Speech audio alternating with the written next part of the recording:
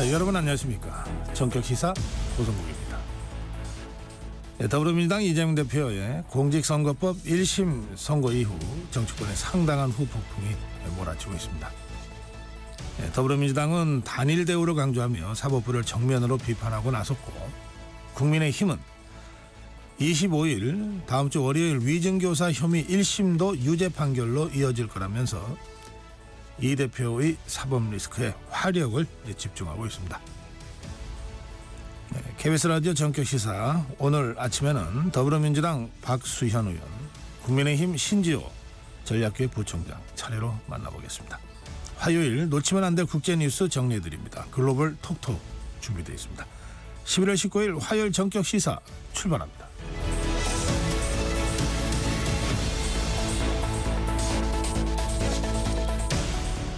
네, KBS 라디오 전격 시사는 유튜브 라이브로 생방송 함께 하실 수 있습니다. 문자 참여해 주십시오. 짧은 문자 50원, 긴 문자 100원, 샵 9730입니다. 콩 어플 무료입니다. KBS 라디오 채널 정치, 경제, 사회문화 각종 명품 콘텐츠가 여러분을 위해 준비되어 있습니다. 구독과 좋아요 그리고 좋은 댓글로 여러분 KBS와 함께 해주십시오.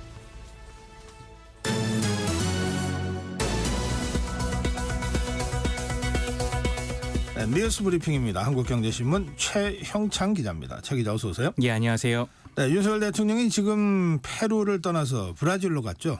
예, 지금 페루 리마에서 열린 에이펙 정상회의를 마치고 이제 브라질 리우로 윤 대통령이 이동했습니다. G20 정상회의에 참석하고 있는데요.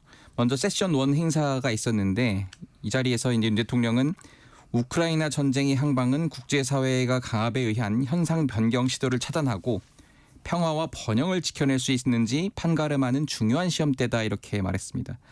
그러면서 북한의 대규모 러시아 파병으로 우크라이나 전쟁이 중대한 국면에 접어들고 있는 상황이라면서 러시아와 북한이 불법적 군사협력을 즉각 중단할 것을 강력하게 촉구한다며 G20 정상들께서 규범 기반 질서 수호를 위한 의지와 행동 결집을 해달라고 호소했습니다. 네. 이재명 대표의 공직선거법 위반 1심 유죄 선고가 나온 뒤에 정치권에 치열한 여론전이 벌어지고 있습니다. 좀 움직임 좀 전해주실까요? 예, 먼저 국민의힘은 향후 이 대표 2심 재판에서 시간을 끌지 못하도록 당 차원에서 감시기구인 재판 지연 방지 TF를 구성하겠다고 밝혔습니다. 당 법률위원장인 주진우 의원은 1심 재판은 꼼수로 2년 이상 끌었을지 몰라도 이제 국민의힘이 국민과 함께 감시할 것이라며 공직선거법 사건은 법률에 따라 다른 어떤 사건보다 우선 처리해야 하고 2심은 3개월 내 선고해야 한다 이렇게 말했습니다. 네, 그런가 하면 국민의힘은 또 재정준칙 도입하겠다 이런 구상도 내놨군요. 예, 한동훈 대표가 어제 최고위원회에서 언급한 건데요. 재정준칙은 재정 건전성 유지를 위해 국가 채무와 같은 이 재정 지표가 일정 수준을 넘지 않도록 법으로 정해서 강제하는 것을 말합니다. 네. 이를 도입하기 위해 국회에서 국가재정법을 개정해야 하는데요.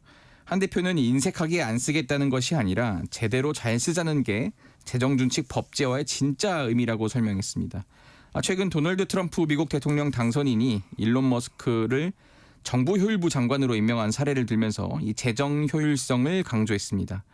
또 어제 중소기업계를 만나서 가계와 기업에 부담되는 대출 금리를 낮추고 일가정 양립을 위한 지원도 확대하겠다고 약속했습니다. 네, 그런가 하면 더불어민주당 이재명 대표 유죄 선고 후 일치 단결을 강조하고 있죠. 동료를 막기 위해 부심하고 있는 모습들인데 그러다 보니까 좀 다소 격한 반응들도 나오는 것 같아요. 예, 민주당 지도부는 어제 이재명 대표의 공직선거법 위반 1심 징역형 집행유예 판결 일제히 성토했습니다. 최악의 판결, 사법정의가 죽은 날, 사법살인 이런 원색적인 표현을 써가면서 재판부 판단의 오류를 지적했습니다. 그러면서 이번 판결을 본 국민은 반대로 왜 윤 대통령 부부는 처벌을 받지 않는 것인지 의문을 제기하고 있다며 역공을 펼쳤습니다. 추락하는 국내 증시나 이기 트럼프 행정부 대응 같은 굵직한 이 정책 위주의 메시지를 내던 이재명 대표도 대여 공세 모드로 전환했습니다. 이 대표는 검찰이 제대로 하지 못하면 특별검사를 임명해서 훼손되는 법 질서를 지켜내야 하는 것이 당연하다면서 이 검찰을 겨냥했습니다. 네. 그런가 하면 비명계를 향한 친명계 인사들의 강경 발언도 쏟아지고 있죠. 예, 최민희 의원은 이제 한 인터넷 언론과의 인터뷰에서 이 비명계를 향해 움직이면 죽습니다. 제가 당원과 함께 죽일 겁니다라는 발언을 거침없이 쏟아냈습니다. 물론 이제 논란이 되자 민주당 지도부는 당 차원의 입장은 아니다라고 선을 그었습니다만 지금 계속 논란이 이어지고 있고요. 이런가 하면 지금 당 안팎에서는 비명계 유력 인사 행보에 좀 관심이 쏠리고 있습니다. 어제는 김동연 경기지사가 국회를 찾아서 주목받았는데 취재진이 이렇게 물었습니다. 민주당 대선 후보 플랜 B 이야기가 나온다 이런 질문이 이어지자 지금 김 지사는 지금 그런 것을 논의할 때가 아닌 듯하다 이런 식으로 일단 한 발 물러섰습니다. 네. 북한 김정은이 전쟁 준비를 완성하라 이러면서 핵무력 강화 의지를 재상 강조했습니다. 예, 김정은 북한 국무위원장 지난 15일 평양에서 개최한 조선인민군 제4차 대대정치지도원 대회 이틀째 이제 행사에서 한 연설입니다. 김 위원장은 특히 핵무력 강화는 불가역적 정책이라며 핵무력을 중추로 한 자위력을 계속해서 부단히 강화해 나갈 것이라고 위협했습니다. 또 이 미국 주도 군사 동맹이 확대되고 있으며 그 침략의 예봉 즉 칼끝은 미국의 가장 적대적 적수인 북한에 집중되고 있다고 주장했는데요. 미국 등의 위협을 명분 삼아 지금 핵무력 강화 노선을 포기하지 않겠다는 기존 입장을 거듭 피력한 것으로 보이는데 지금 미국 대선 끝난 이후 김 위원장이 미국을 겨냥해 직접 메시지를 낸 건 이번이 처음입니다. 네. 어제부터 철도 노조가 태업을 시작했어요. 수도권 전철 운행에 좀 차질이 빚어졌죠. 예, 고레일은 수도권 전철 1, 3, 4호선과 수인 분당선 그리고 일산과 안산을 연결하는 서해선 전철이 지연됐다고 밝혔습니다. 어제 오후 6시까지 상황을 집계한 결과 수도권 전체 1610여 대 전철 가운데 380여 대가 10분 이상 지연됐고 20분 이상 지연된 전철도 440여 대 있었다고 밝혔습니다. 지금 KTX와 새마을호 등 일반 열차는 차질 없이 정상 운항이 되고 있긴 합니다.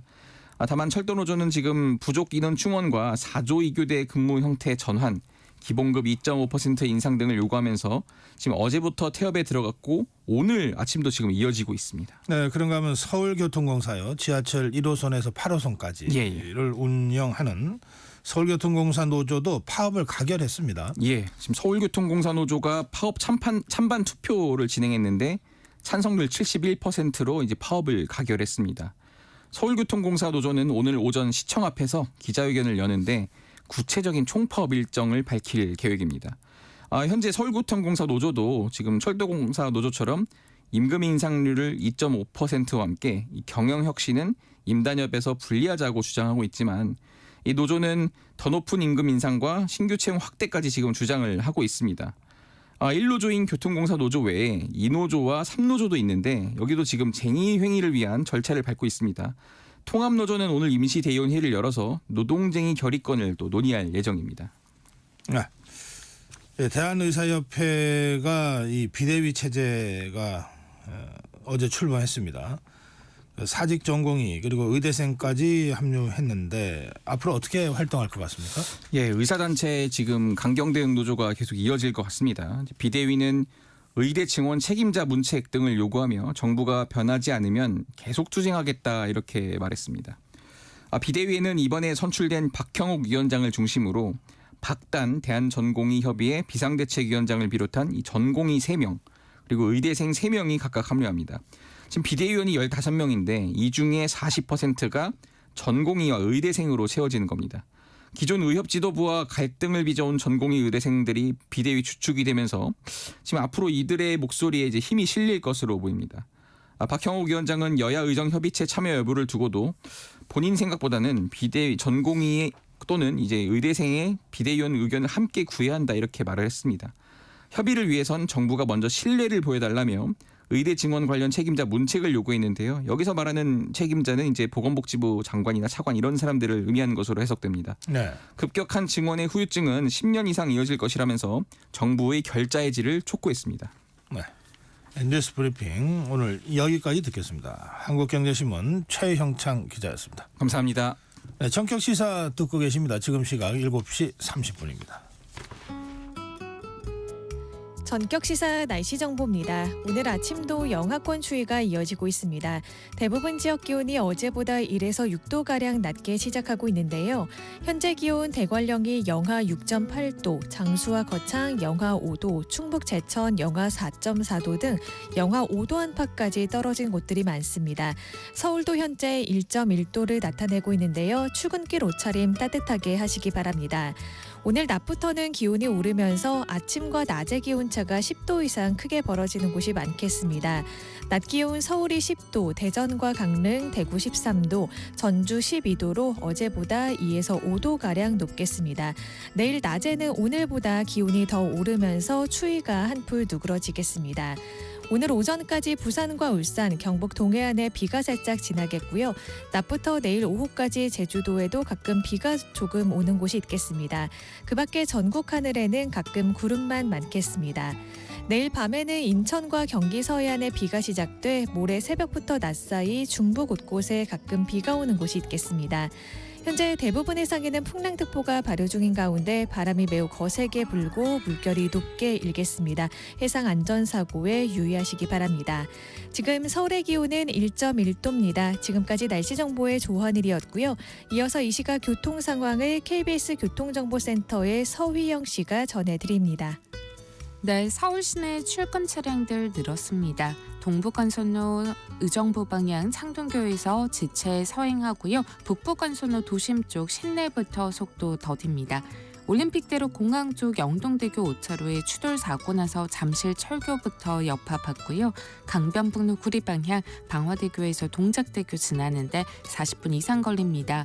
그 사이 월드컵대교 1차로에 공사 구간 자리합니다. 고속도로엔 사고도 있습니다. 중부 내륙고속도로 창원 쪽 성주 휴게소 부근에 사고 나서 조심하셔야겠고요. 그전 여주분기점 일대 속도가 더딘데 1차로에서 진행되는 작업의 여파입니다. 통영 대전고속도로 통영 쪽 남대전 부근의 사고로 2차로 통행이 어렵습니다.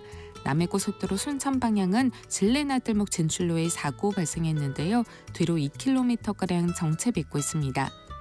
호남고속도로 지선 대전 방향 유성 분기점을 가기 전 1, 2차로에 걸쳐 화물차 사고 발생했습니다.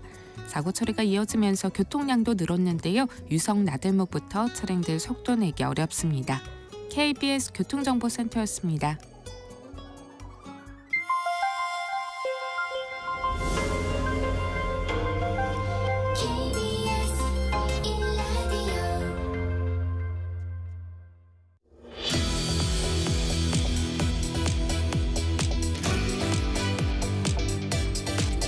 네, 이재명 대표의 공직선거법 사건 1심 선고 후에 정치권의 후폭풍이 거세게 불고 있습니다. 네, 더불어민주당 박수현 의원 전화로 연결해서 자세한 말씀 듣겠습니다. 의원님 안녕하세요. 네, 안녕하세요. 박수현입니다. 네, 1심 선고에 대해서 어떻게 생각하십니까? 누구나 다 충격적이고 또 당황스럽기도 하고 격앙된 이런 느낌들이 당내에도 있고, 제가 또 이제 고속버스로 출퇴근을 지역구에서 하고 있는데 일반 시민들, 터미널에서 만나는 시민들도 너무 의외다, 이런 반응을 좀 함께 보이고 계신 것으로 파악하고 있습니다. 무죄를 예상했다가 충격을 받으신 걸까요? 아니면 유죄는 유죄인데 이렇게 중형이 나올 줄 몰랐다고 생각했다가 충격을 받으신 걸까요? 이게 이제 다른 재판은 모르겠는데, 네. 우선 이 공직선거법과 관련해서는 민주당 내에서는 워낙 이 법리를 의원들이 워낙 잘 알고 있어요. 그래서 이것은 거의 100% 무죄를 확신하고 있었던 그런 분위기였죠. 네. 그렇기 때문에 유죄라는 것 자체가 다소 당황스럽지만 그 형량이 이렇게 높은 것에 대해서는 거의 충격과 분노를 느끼고 있는 그런 상황인 것이죠. 사실 이 문제가 이제 한 벌금 80만 원 정도의 사실상 무죄 이런 의견도 있었지만, 민주당의 의원들은 실제로 거의 완전한 무죄를 확신하고 있었거든요. 네. 예, 의원님 말씀하신 대로 이 국회의원들이나 선출직 공직자들은 이 선거 끝나고 6개월간은 이 공소시효가 끝날 때까지 굉장히 조마조마하게 하루하루 지내잖아요. 그러다 보면 맞습니다. 선거법 네네. 관련으로는 여러 가지 법리나 법령 또 사례들을 많이 경험하고 알기 때문에 아마 이제 그런 말씀을 하신 것 같습니다. 네. 자, 그런데 지금 더불어민주당 쪽에서는 이게 정치 판결이다 이런 주장들을 많이 하고 있는 것 같은데 의원님 네. 이게 정확하게 무슨 뜻입니까? 그러니까 대체로 이제 법원의 판단이 나오면 네. 좀 불만이 있고 그렇다 하더라도 법원의 판단을 존중한다 이런 의례적 표현이라도 이제 하는 것이잖아요. 대체로 그렇게 하죠. 예, 정치권에서는. 그렇습니다. 그런데 이제 이번에는 워낙 충격적이었으니 그런 이야기도 이제 민주당에서 하지 않았죠. 네. 예, 그러면서 이제 뭐 사법 살인이니 엉터리 판단이다 뭐 이런 격앙된 표현이 나오긴 했지만 네. 그러나 저는 이렇게 생각합니다. 아까도 말씀드렸듯이 워낙 공직선거법 위반에 대한 법리를 의원들이 워낙 잘 알고 있는 문제였고요. 그래서 무죄를 확신하고 있는데 이것이 사실 기소가 될 것이냐라는 것에서부터 의심을 갖고 있는 것이거든요. 그래서 네. 검찰이 이 문제를 뭐 조작, 그다음에 왜곡 뭐 이렇게 해서 기소를 정말 무리한 기소를 했다라는 것에서부터 이제 의원들은 불만을 가지고 있는 것인데 네. 지금 이렇게 법원의 판단에 대해서 이렇게 직접적으로 공격을 하는 것보다는 그런 어떤 엉터리 같은 검찰의 공소 내용에 대해서 법원이 그대로 거의 수용을 했다는 것에 대한 이제 그 검찰의 공소 내용에 대한 그 불만이 훨씬 더 많이 담겨 있는 예. 그런 어떤 표현이다 이렇게 저는 이해하고 있습니다. 알겠어요. 지금 이제 의원님 말씀하신 거는 이게 검찰은 행정부 소속이니까 뭐 대통령실이라든지 여러 가지 정치적인 외압에 의해서 무리하게 기소하거나 중형을 구형할 수 있는데 그 재판부가 판결한 것까지 이게 뭐 정권의 영향에 의해서다 이렇게 주장하기는 되게 쉽지 않은 대목이 있으니까 네. 뭔가 재판부에 대한 직접적인 비판보다는 이것을 무리하게 기소하고 여기까지 끌고 온 검찰에 대한 어떤 경고의 의미가 더 강하게 담겨 있는 발언들이다 이런 취지의 설명이시군요. 예, 그렇습니다. 저는 그렇게 이해하고 있습니다. 네. 알겠습니다. 그래서요, 지금 민주당에서 나오는 반응 중에 예컨대 정성호 의원 같은 경우에는 재판부에 대한 문제 제기는 좀 자제하는 게 좋다. 그게 이게 재판이 이게 완전히 끝난 것도 아니고 앞으로 2심, 3심이 있고 또 다른 재판도 있는데 라고 하는 입장을 공개적으로 표명하고 있는 것 같습니다. 의원님은 어떻게 생각하세요? 예, 뭐 정성호 의원 의견에 공감을 하고요. 네. 저희가 지금 계속 이야기하는 것이 윤석열 정권에 대해서 갖고 있는 생각은 정말 민주주의 원칙 자체가 여기저기서 무너지고 있다라고 하는 민주주의에 대한 위기 때문에 지금 뭐 예를 들어 김건희 특검이나 뭐 탄핵이든 무슨 여러 가지 이야기들을 막 하고 있는 거잖아요. 네. 그런 측면에서 보면 지금 그 앵커께서 설명하신 대로 그 법원이라고 하는 것은 삼권 분립의 중요한 한 축인데 네. 이 문제를 우리가 민주주의 위기를 얘기하면서 그 문제까지를 근본적으로 흔들어 버리면 저희도 사실은 모순인 것이죠. 네. 그런 측면에서 정성호 의원의 이야기는 뭐 생각해 볼 만한 일이다 이런 생각을 하고요. 네. 다만 그것이 이재명 대표의 남아있는 그 어떤 재판이나 이런 것에 영향을 미칠까 봐서 뭐 이야기를 자제해야 된다 그런 것보다는 지금 제가 말씀드린 대로 네. 우리가 민주주의 위기를 이야기하면서 우리 스스로 삼권 분립의 한 축을 흔드는 그런 것은 아닌지라고 하는 것을 생각해 봐야 된다는 뜻입니다. 네.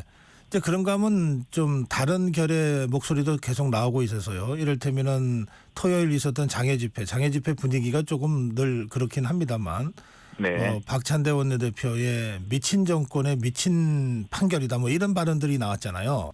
그렇습니다. 예, 그건 어떻게 보세요? 예, 뭐 그런 문제는 지금 말씀하신 대로 장애 집회의 성격상 뭐 현장 발언을 하다 보면 뭐 그런 이제 발언들이 또 정제되지 않은 발언들이 나올 수 있는데요. 뭐 그것은 현장 집회의 발언이기 때문에 그렇게 한번 뭐 이해를 해야 된다라고 저는 지금 주장을 하지만 네. 그러나 근본적으로 이제 차분하게 이재명 대표의 재판을 위해서도 법리적으로 항소심에서 또 다른 재판에서 어떻게 우리가 대응을 해나가야 될 것인지 좀 냉정하게 또 차분하게 해야 될 때다 저는 이런 생각을 하고요. 네. 광장에서의 발언들이라 하더라도 또 어떤 지금 가장 중요한 것은 뭐 여권이든 야권이든 사실은 이렇게 격앙될 때는 그 말의 실수가 이런 어떤 본질들을 흔드는 경우를 우리가 많이 보지 않습니까? 네. 예, 그렇기 때문에 좀 차분하고 냉정하게 그리고 아무리 현장이라 하더라도 좀 정제된 뭐 그런 본질을 국민에게 정확히 전달할 수 있는 뭐 이러한 발언들을 해야 되지 않겠나 하는 생각은 해봅니다. 네. 예, 의원님. 네. 그 장애 집회를 계속하는 걸로 그 보도가 되던데요.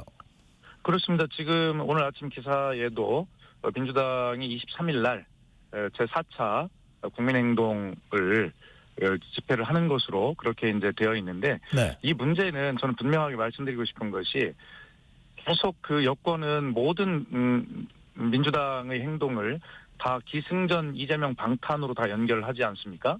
그런데 애초에 저희가 장애 집회를 나가는 것은 김건희 여사 특검 이 문제를 반드시 관철해야 된다라고 하는 주장으로 나가 있는 것이거든요. 그래서 이재명은 이재명이고 김건희는 김건희다라고 하는 이 정확하게 구분을 해야 되겠다는 생각이고 민주당의 장애 집회는 뭐 법원에 무슨 뭐 압력을 넣기 위해서 한동훈 대표의 말씀처럼 그렇게 하고자 하는 것이 아니라 애초에 이 집회의 출발은 김건희 여사 특검법의 관철이라고 하는 국민적 어떤 의견을 모아내고 의지를 다지기 위해서 시작한 것이다라고 하는 말씀을 좀 드리고 싶어요. 네. 11월 2일 토요일부터 이제 3주째 연속으로 토요일 집회를 지금 하고 있는데요. 네. 그 역시 집회를 하다 보면은 사람들이 얼마나 많이 모이냐, 그리고 집회를 할수록 더 많이 모이냐, 아니면은 집회를 하는데 자꾸 사람이 주느냐, 뭐 이런 거를 우선적으로 보게 되잖아요. 그렇습니다. 예, 네. 어떻습니까? 그러니까 11월 2일 첫 집회는 민주당이 전국의 이제 지역위원회에 참여를 이제 권고를 한 것이고요. 네. 그다음에 11월 9일 그래서 이제 30만이 모였다라고 이제 민주당이 주장하고 있지 않습니까? 그다음에 네.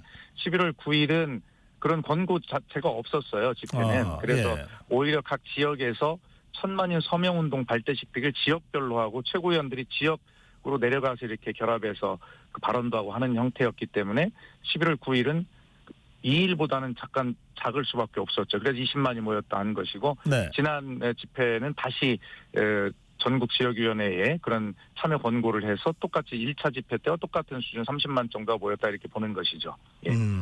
그러면 앞으로 더 많이 모일 거라고 생각하십니까? 아마 대체로 뭐 이런 수준이 좀 유지가 되다가요.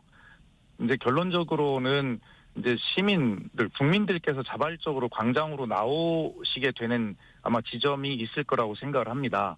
2016년 국정농단 때 촛불을 생각해 보면 국민들께서 자발적으로 쏟아져 나오던 시점은 대체로 전문가들 이야기에 의하면 탄핵에 대한 그 지지가 약 한 70% 후반대를 넘어서는 그 시점이 국민들이 나오시는 시점이라 이렇게 분석들을 하던데요. 네. 뭐 그러나 이번에는 사실은 국민들께서 한번 그 탄핵, 광장, 촛불 이런 경험들이 다 있으셔서 조금 더 신중하고 좀 확실하게 정말 이건 안 되겠다라는 결심이 서실 때는 2016년보다는 조금 더 신중하게 판단하실 거라고 보고요. 네. 저는 그래서 당분간 민주당이 어차피 먼저 이제 집회를 지금 시작한 거잖아요. 시민들이 쏟아져 나오시는 것보다 2016년에는 국민이 먼저 나오셨고 정당이 그 뒤에 결합을 했는데 지금은 이제 반대로 돼 있는 것이어서 지금 이런 정도 수준이 유지가 되다가 윤석열 정권의 이 김건희 여사 특검이나 이런 많은 문제들을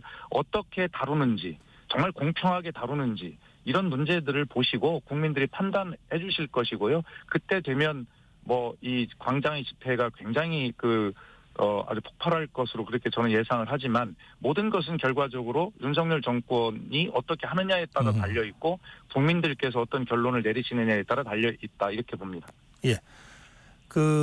집회 숫자와 관련해서 뭐 그전에도 그 주최 측의 발표와 경찰 추계가 좀 차이가 있었던 거가 이제 현실인데 네. 이번 경우에는 이제 의원님 말씀하신 대로 민주당에서는 11월 2일 집회는 30만, 11월 9일 집회는 20만이라고 발표를 했잖아요.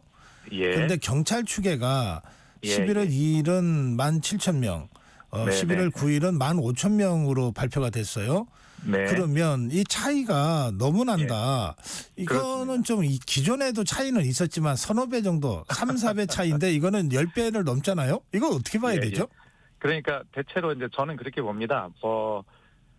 정치권에서는 우리 사회자께서 잘 아시겠습니다만 보통 경찰 추산과 주최 측 추산이 한 10배 정도 차이 난다 이런 얘기가 이제 있는데 예. 그렇습니다. 거기다 또 지금 보수 정당이 집회할 때와 진보 정당이 집회할 때 또 차이가 또 있다 이렇게 보는데 저는 이렇게 봅니다. 네. 대개 경찰이 추산하는 방법과 또 정치권이 추산하는 방법이 차이가 있습니다. 또 경찰은 딱 고정된 틀이 있지 않습니까? 네네. 그래서 그대로 분석을 하는 것이고요.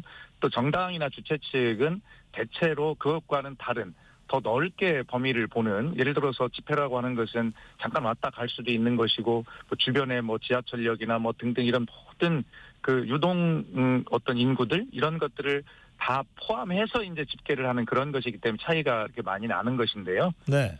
그러나 중요한 것은 지금 숫자가 어떻다라고 하는 것이 중요한 것이 아니라 결과적으로 민주당의 집회는 민주당의 역량대로 그만큼 하는 것이고요. 네. 다만 제가 말씀드리고 싶은 것은 윤석열 정권이 지금 현재 제기되고 있는 이 많은 의혹들과 국민적 분노 앞에 어떻게 이 문제를 대하느냐가 관건이고 그것이 결과적으로 국민들이 자발적으로 광장에 나오시느냐 안 나오시느냐 이것이 네. 윤석열 정권의 운명이 달려있고 또 민주당의 미래도 또 여기에 달려있을 수 있다. 저는 알겠습니다. 그렇게 보는 것입니다. 네. 근데 이제 이 과정에서 중요한 변수가 또 하나 지금 다가오고 있습니다. 그게 다음 주 월요일 11월 네네. 25일에 위증교사 1심 선고거든요. 그렇습니다. 이건 어떻게 예상하십니까, 의원님? 그러니까 이제 이 문제를 대체적으로 언론 보도의 경향을 보면 민주당 내부에서도 1심 공직선거법 재판보다는 위증교사 재판을 조금 더 어렵게 보는 경향이 있다 이런 취지로 이제 보도들이 되는데요. 네. 근데 민주당 내부에서는 이 공직선거법과 위증교사가 둘 다 명확한 무죄다라고 하는 법리에 익숙해 있습니다. 특별한 네. 확신들이 있고요. 당내에서는. 네. 그런데 제가 이제 볼 때는 위증교사가 공직선거법보다 더 중하게 본다 이런 취지보다는 둘 다 무죄를 확신하는데 이 위증교사보다는 공직선거법의 무죄 가능성이 훨씬 더 높다 이렇게 이제 보는 분위기는 있는 것이죠. 네. 그것을 거꾸로 이야기하면 위증교사를 더 중하게 본다 이렇게 이야기하는 언론의 분석도 같은 이야기입니다만 제가 주장하는 것은 위증교사의 무죄 가능성보다는 공직선거법 무죄 가능성을 더 높게 민주당 의원들은 보고 있다 이렇게 이해를 해주시면 좋겠습니다. 알겠습니다. 그래서 지금 의원님 말씀하신 대로 다수 언론은 공직선거법에서 1년 징역형이 나왔으니까 위증교사에서는 그보다는 더 무거운 중형이 선고될 가능성이 더 높다 이렇게 지금 예측 보도를 하고 있는데요. 네. 그 예측 보도들 중에는 그렇게 될 경우에는 법정 구속 가능성도 배제할 수 없다 이런 얘기들이 있잖아요. 글쎄 이제 그것이 어제 또 보도가 되기도 했고요. 네. 그런데 이제 저는 그렇게 봅니다. 어차피 대선 경쟁에서 패배한 후보를 벌금 100만 원을 가지고 정치 생명을 좌우하는 공직선거법 가지고 기소하는 자체 이런 것들이 말이 되는가라고 하는 근본적인 상식적인 질문들을 좀 드리고 싶어요. 네. 그런데 그런 어떤 대선 후보였고 제일 야당의 대표이고 그런 사람이라도 제가 명백하면 법정 구속할 수도 있죠. 그러나 이 자체를 대선에 패배한 사람을 그리고 앞으로 대선 주자급으로 그렇게 분류되고 있는 유력한 이런 정치인을 이런 정도를 가지고 선거 과정에서 있었던 말의 문제 이런 것들을 가지고 이렇게 법정 구속의 가능성이 있네 어쩌네라고 하는 이런 자체가 상식적으로 말이 되는가 국민께서 거기에 상식적으로 동의하고 계실까라고 하는 그런 생각이고요. 네. 어제 사실은 법정 구속의 가능성을 언급한 그런 어떤 보도나 그런 말들은 좀 너무 악의적이다 저는 그런 생각을 하고 저는 법정 구속 가능성 그런 일고의 가치도 없다 그럴 가능성이 없다고 생각합니다. 알겠습니다. 자, 의원님. 네. 그런데 이제 우리 언론이 또 국민이 이재명 대표의 1심 그게 1심일 뿐인데 2심, 네. 3심이 아직 남아 있는데도 그 1심 선고 결과를 그 중요하게 보고 또 상당한 정치적 충격도 받고 이렇게 된 것은 그 더불어민주당 안에 1심 결과로 인한 일종의 분열 또는 균열 같은 게 나올 수 있다 이런 생각 때문인 것 같은데 그렇습니다. 예. 실제로 분위기는 어떻습니까? 지금 현재 공직선거법 1심 결과 가지고 충격적이긴 하지만 오히려 더 단단하게 뭉치는 이런 어떤 것으로 작용하고 있다고 저는 그렇게 보고 실제로 의원들이 굉장히 그 막 격노해 있거든요. 아하, 그래서 예. 오히려 현재까지는 당을 더 단단하게 뭉치게 하는 그렇게 작용하고 있는데 지금 이제 언론의 분석은 그러나 만약에 위증교사 재판에서 또 어떤 충격적인 중형이 나온다 하면 이 지점이 좀 흔들리는 분기점이 되지 않겠냐 이렇게 예상들을 하고 있는데 네. 저는 그렇지 않다고 생각해요. 왜 그러냐면 소위 사법 리스크라고 불리우는 이 이재명 대표의 재판 문제에 대해서 모든 당원들이 다 알고 이재명 대표를 압도적으로 대표로 선출한 것이고요. 또 당원만 그런 것이 아니라 그 국민 여론조사 30% 있잖아요. 네. 근데 그 부분도 사실 당심과 비슷한 어떤 수치로 그렇게 이재명 대표를 선택을 국민 여론조사에서도 나타났어요. 그렇다면 이걸 예상하고 각오하고 이재명 대표를 정말 차기의 대통령으로 만들기 위한 이런 어떤 결심들을 당원과 또 국민들께서도 뭐 그런 어떤 흐름으로 갈 거야라고 이렇게 동의하셔서 뽑은 대표거든요. 네. 그렇기 때문에 다 이런 것들을 예상한 대표이기 때문에 어떤 결과가 나와도 충격과 뭐 이런 당황스러움은 있겠으나 그러나 이재명 대표를 중심으로 우리가 똘똘 뭉쳐서 가야 된다. 무죄 추정이라고 하는 그 원칙을 믿고 가야 된다라고 하는 그런 흔들림, 그런 네. 기조에는 흔들림이 크게 없을 거다 저는 그렇게 보고 있어요. 예, 흔들림이 없다 또는 더 단단하게 뭉치고 있다 이런 말씀이시군요. 그렇습니다. 현재까지는 충분히 그렇게 돼 있습니다. 네. 네. 예, 그런데 의원님 그러면 네. 움직이면 죽는다. 나와 당원이 죽일 거다. 이 최민희 의원의 발언은 어떻게 해석해야 됩니까? 그래서 참 이걸 어떻게 말씀드려야 될지 참 저도 곤란한데요. 네. 아마 제가 알기로 최민희 의원께서 그 아까 저희가 말씀 나누었던 현장에서의 인터뷰 때 말씀하신 것으로 제가 알거든요. 집회 현장에서. 네네. 그래서 굉장히 막 흥분된 상태였고 또 이재명 대표의 또 1심 선고에 대한 충격적이고 그런 분노의 상황에서 아마 그 말씀을 하신 거로 저는 그렇게 알고 있는데요. 네. 그렇다고 해서 지금 무슨 비명이니 아까 제가 말씀드린 당은 더 단단해지고 뭉치고 있는데 네.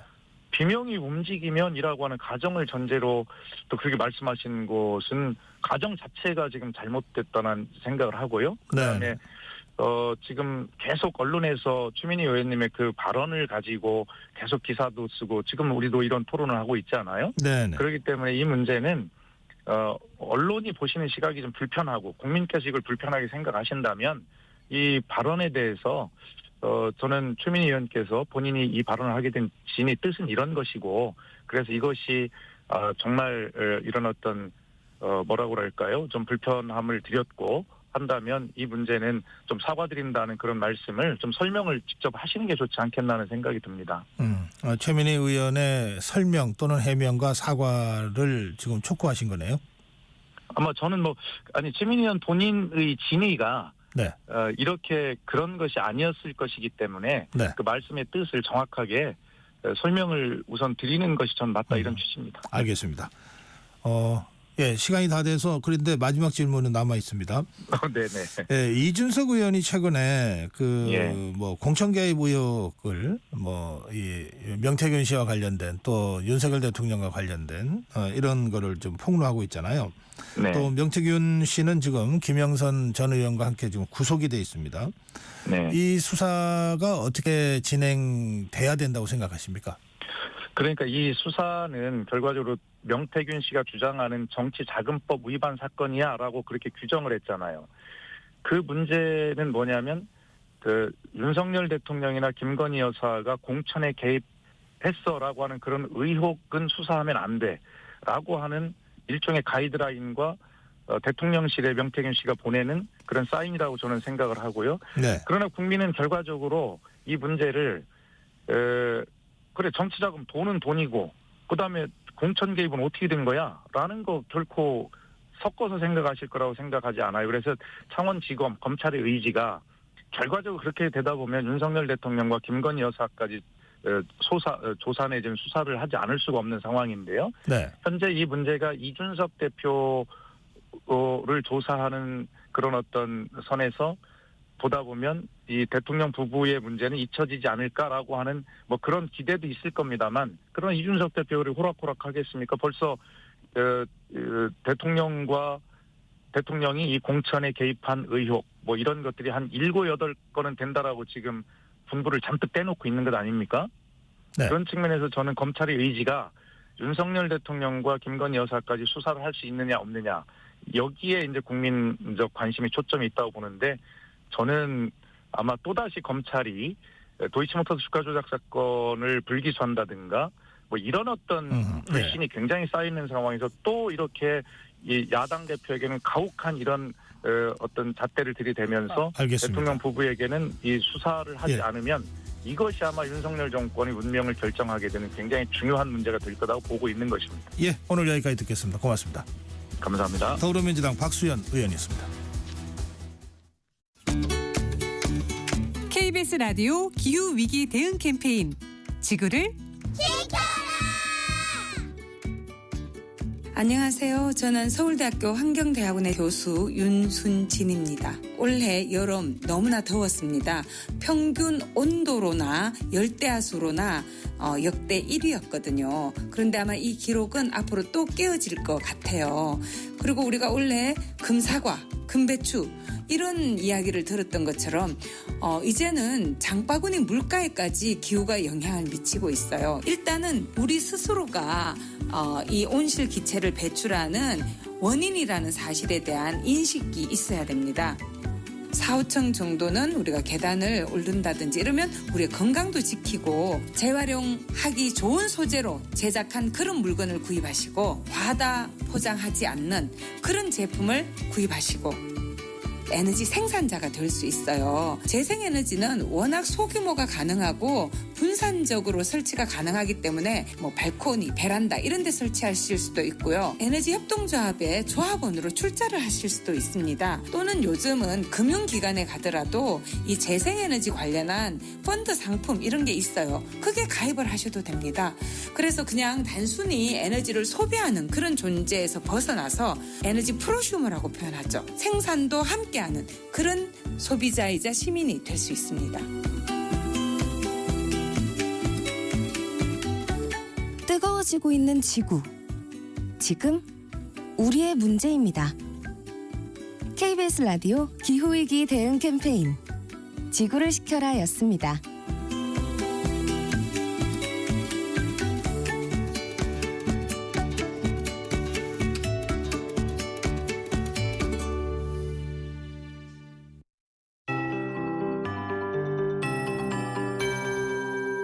KBS 58분 날씨.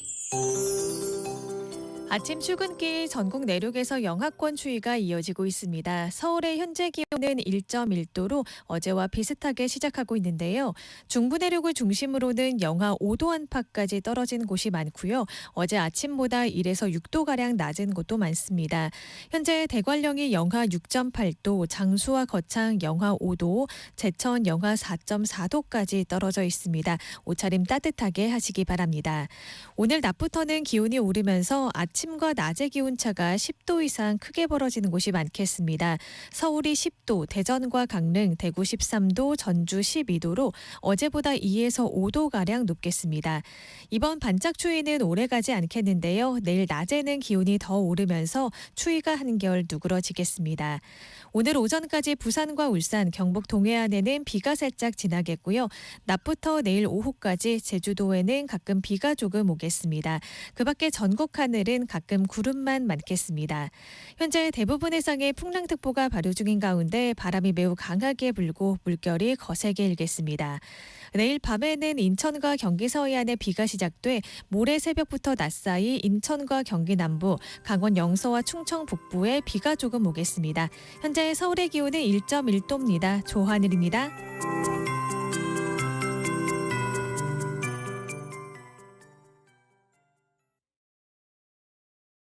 정성을 다하는 국민의 방송 KBS가 8시를 알려드립니다. AM 711kHz, FM 97.3MHz, KBS 1라디오입니다. HLKA.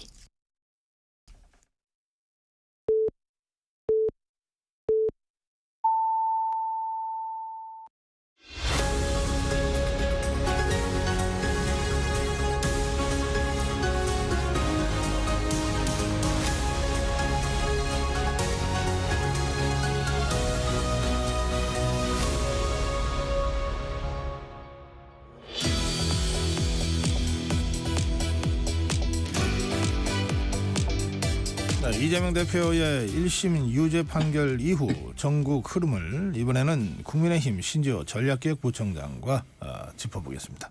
네, 부총장님 어서 오십시오. 예, 안녕하세요. 네, 이재명 대표의 1심 선고 어떻게 보셨습니까? 예, 뭐 저희들은 예상된 범위 내의 판결이었다고 보는데, 근데 이번에 좀 놀란 것은요. 이른바 보수 성향을 가진 사람들도 이번 판결을 예상하는 데 있어서 법리적인 판단보다는 정무적인 판단을 좀 하는 걸 보고 좀 왜 우리랑 이렇게 감각이 좀 다를까 하는 생각을 좀 했습니다. 무슨 뜻이에요?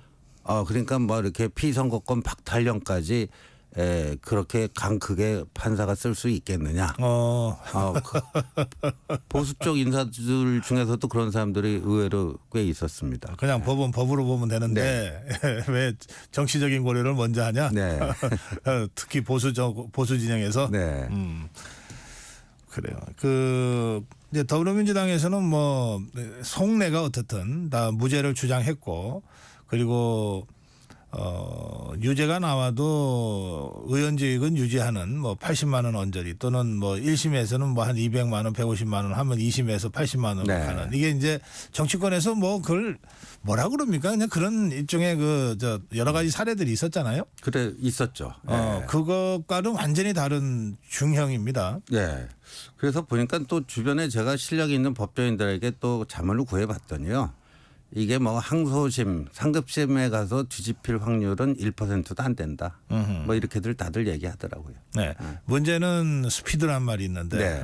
문제는 재판 속도 아닙니까? 근데 뭐 1심이 26개월 걸렸다 그러더라고요. 네, 2년 2개월 걸렸는데 이제 633인데 뭐 지금이야 1심에서 상당히 오랜 기간 재판을 했기 때문에 그런 경우에는 우리 2심에서 할 게 별로 없습니다. 아하. 뭐 수십 명의 증인들 다 나왔잖아요. 1심에 나온 증인을 뭐 2심에서 아주 특별한 사유가 아니면 또 다시 법정에 부르거나 하는 일이 없다고 합니다. 그러니까 뭐 내년 상반기면 대법원 최종심까지 나오지 않을까 봅니다. 그런데 1심 판결을 받고 법정을 나온 이재명 대표의 첫 마디는 네. 이런 거였어요. 기본적인 사실관계부터 승복할 수 없다, 이런 취지입니다. 네. 그러면 기본적인 사실관계를 승복할 수 없다면 기본적인 사실관계부터 다시 따져봐야 된다, 이런 뜻이잖아요. 그런데 재판부가 거기에 응해 주겠습니까? 1심에서 그렇게 해갖고 2년 2개월이나 했잖아요. 공직선거법 270조인가요? 선거사범의 재판 기간에 대한 강행 규정이라고 있습니다. 강행 규정이라고 있어요. 예. 그거 어겨가면서까지 그렇게 했는데도 안 된 거 아닙니까? 그러니까 이재명 대표는 재판을 어떻게든 좀 지연시키려고 생각할지 모르나 네. 재판부가 그런 것을 용납하지 않을 거다. 이번 경우에는 그런 네. 말씀이시군요. 네. 알겠습니다. 자, 민주당 장외 집회는 어떻게 보셨습니까? 뭐 토요일 날 있었습니다. 저는 전략적 파산이라고 봅니다. 이미 전략적 파산을 예고를 했는데 이번 판결로 이제 파산이 확인이 된 거죠. 첫 번째 장외 집회에서요. 이재명 대표가 이번 모든 거에 총괄 역할을 맡은 김민석 의원이 나와서 탄핵이든 하야든 개헌이든 대한의 봄은 올 것이다. 대한의 봄이라는 거는 내년 5월 조기 대선을 치러서 이재명이 당선되는 그 봄이에요. 근데 이 개헌, 탄핵 하나하나가 얼마나 대단한 국가 중대사입니까? 그거를 이재명이라는 정치인의 개인 정치적 야욕을 달성하기 위한 일개 도구로 전락시켜버린 발언입니다. 국회의원 자격도 없어요. 이런 사람은. 예. 근데 그게 민주당의 전략이 얼마나 엉터리인가를 한마디로 입증해 주는 거 아닙니까? 네. 예. 그런데 이제 이렇게 피선거권 박탈령이 나왔잖아요. 그 순간부터 그 집회는요. 이재명 구하기 집회로 이제 변질이 돼버린 겁니다. 그들이 떠드는 탄핵, 하야, 뭐 개헌 이런 거는 오로지 이재명 한 사람을 구하기 위한 도구에 불과한 거죠. 예. 그러니까 전략적 파산을 이미 했다. 예. 전략적 파산을 했다고 단정하셨는데 네. 그런데 그 파산된 그 장애 집회를 이번 주 다음 주 계속 하겠다는 게 더불어민주당의 입장인 것 같아요. 네. 근데 해도 뭐 일반인들의 호응을 얻기는 점점 힘들어지고 아마 내부 구성원들 사이에서도 시간이 지나면 지날수록 에너지가 고갈돼 갈 것이라고 봅니다. 뭐 집회 숫자가 중요한 것 아니다라고 하지만 집회는 숫자도 중요하잖아요. 네. 그러니까 뭐 저는 지난주 토요일에 거의 이제 피크를 찍은 거라고 봐야 되겠죠. 예. 예. 그러면 앞으로 집회를 계속 할 수는 있는데 더불어민주당이 네. 집회 참여하는 숫자는 줄어들 거다. 네, 줄어들고요. 일단 의원들이요. 예, 지금은 이제 친명으로 이제 일색화된 정당 아닙니까?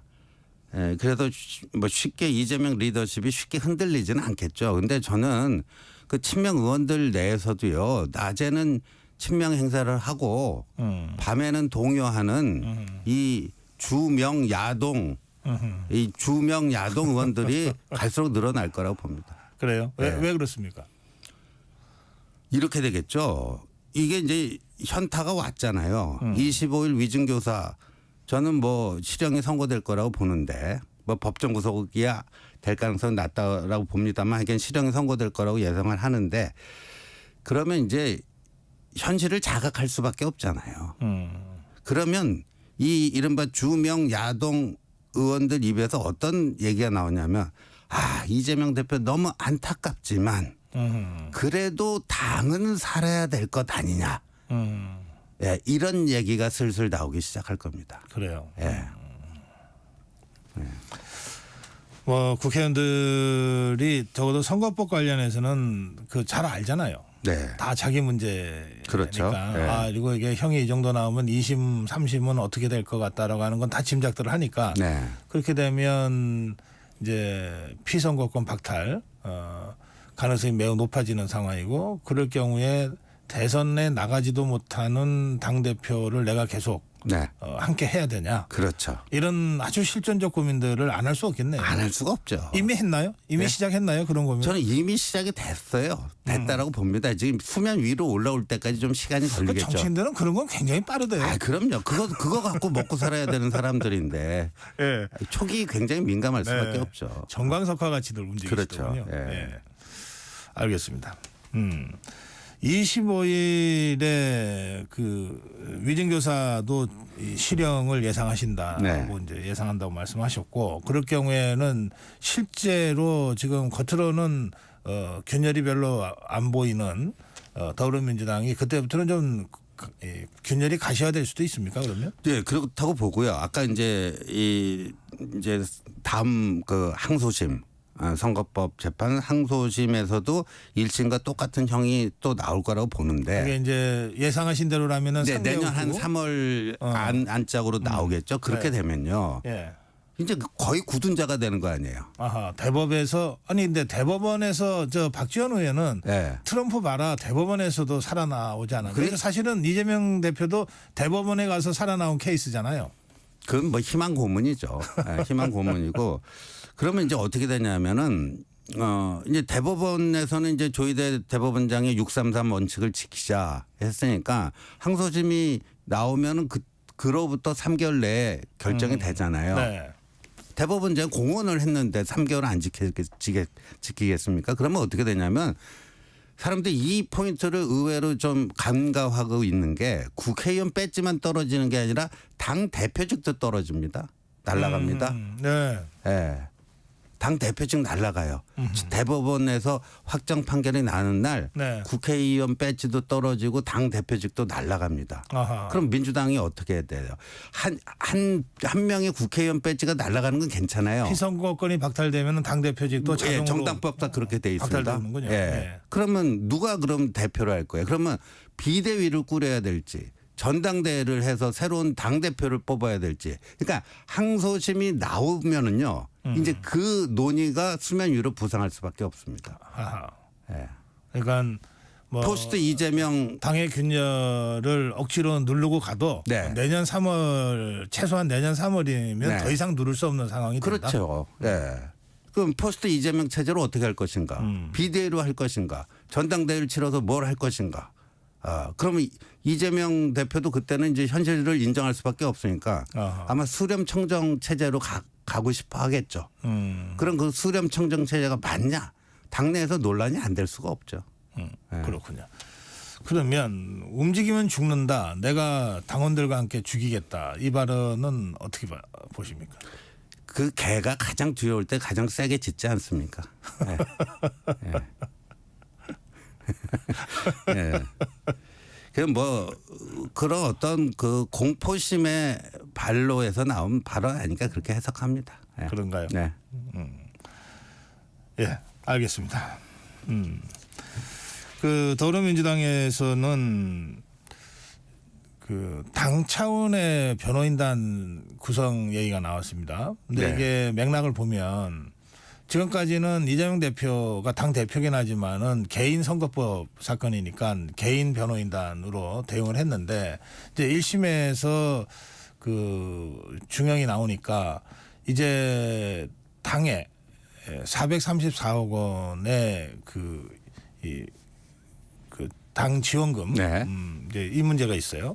그러니까 이제 당도 이제 사건의 당사자가 된 셈이라고 보는 것 같아요. 네. 그래서 당도 적극 대응을 해야 되겠다고 당 차원의 변호인단 선임 얘기가 나온 것 같은데요. 그래서 당비를 변호사비로 쓰는 것이 법적으로 문제가 없느냐 하는 거에 대해서 뭐 법조인들 내에서 여러 의견이 있더라고요. 이게 정치자금법 위반 소지가 있다. 그 경우에도 뭐 아니다. 뭐 그렇게까지 뭐 엄격하게 적용하겠느냐 이런 양론이 있더라고요. 예. 근데 뭐 그렇게 한들 네. 크게 뭐 저는 뭐 결과가 바뀌거나 그러지는 않을 거라고 봅니다. 예. 알겠습니다. 자, 국민의힘 입장에서는 어쨌든 이게 뭐 이 정치판에서 이게 제로섬 게임의 성격이 있으니까 상대가 넘어지면은 그거 덕분에 1등할 수도 있고 뭐 그런 거 아니에요? 네. 그러면 지금 더불어민주당 이재명 대표의 이 사법 리스크의 가시화 현실화를 보면서 국민의힘 분위기는 어떻습니까? 이럴 때 잘해야 됩니다. 정말 잘해야 됩니다. 냉정하게 얘기해서요. 이번에 지금 저는 작년 9월 27일이었던 것 같은데 유창훈 부장판사가 이재명 대표 구속영장 기각하면서부터 네. 저희 당 입장에서 보면은 고난의 사이클이 시작이 됐습니다. 강서구청장 보궐선거 참패, 그다음에 총선 참패까지 이 고난의 사이클이 쭉 진행이 됐고, 하여간 7월 23일 날 변화쇄신의 깃발을 든 한동훈 체제가 출범하면서 뭔가 이제 반등을 모색하는 이 모색기가 있고, 다행히도 이제 지난번 보궐선거 잘 치르고 해서 이 1년 이상 지속됐던 이제 그 저희 당 입장에서 보면 고난의 사이클이 끝나고 기회의 사이클이 시작됐다. 이렇게 봅니다. 이렇게 보는데 기회는 기회라고 보시는 거예요? 예, 이 기회의 사이클이 이제 시작됐어요. 그런데 이때 잘해야 되는 게 지금의 이재명 대표의 저 불행은 저희가 자력으로 쟁취한 승리가 아닙니다. 자력으로 쟁취한 승리가 아니에요. 이럴 때 오버하면 죽습니다. 오버하면 안 됩니다. 근데 일부 저희 당 내에서 좀 오버하려는 그런 기류도 있지만 이럴 때 좀 냉정하고 침착하게 또 겸허한 자세로 가야 되고, 그래서 이재명 대표가 대표직에서 내려오는 향후 한 6개월 정도 있지 않습니까? 이 6개월이 정말 하늘이 보수 정치에 선사해 준 천재 일우의 기회라고 봅니다. 결국 그러니까 쇄신 경쟁에서 이기는 쪽이, 쇄신 경쟁의 승자가 내후년 지방선거 그 다음에 대선을 제패할 거라고 보는데, 그럼 쇄신 경쟁에서 승자가 되기 위해서는 어떻게 해야 되느냐. 이 6개월 있지 않습니까? 6개월 일단 6개월은 이재명 체제가 유지가 됩니다. 그 6개월이 정말 쇄신의 골든 타임이고 이때 잘 해놓으면 보수 정치에게 새로운 국면이 열릴 수 있다. 그런 점에서 이제 기회의 사이클이 시작됐다 이렇게 봅니다. 예. 지금 말씀하시는 그 6개월 이재명 대표가 사법 리스크를 잔뜩 안고 당 대표는 유지하는 네. 그 6개월 동안은 더불어민주당은 전혀 어떤 형태로든 쇄신하지 못할 거라고 보시는 못하죠. 거군요. 이재명 예. 대표가 있기 때문에 그렇죠. 그 자리에 유지하는데 무슨 뭘 하든 그걸 쇄신으로 그렇죠. 보겠느냐. 예. 그러면 더불어민주당은 쇄신 못하는데 네. 그 6개월 동안 국민의힘은 네. 빠르게 쇄신하고 예. 속도감 있게 쇄신하고 당정이 같이 가야 그렇게 되겠죠. 해서 예, 그러면 뭔가 윤석열 정부의 하반기 국정 운영이 굉장히 수월하게 갈 수도 있다고 봅니다. 예. 예. 그럼 뭘 어떻게 해야 된다고 생각하세요? 뭐 여러 가지 이미 다 뭘 해야 되는지는 나온 것 같고 지금 이제 집중해야 될 거는 이제 민생 경제가 아닌가 싶습니다. 요새 네. 진짜 너무너무 다들 죽겠다 아우성들이에요. 특히나 자영업자 소상공인들.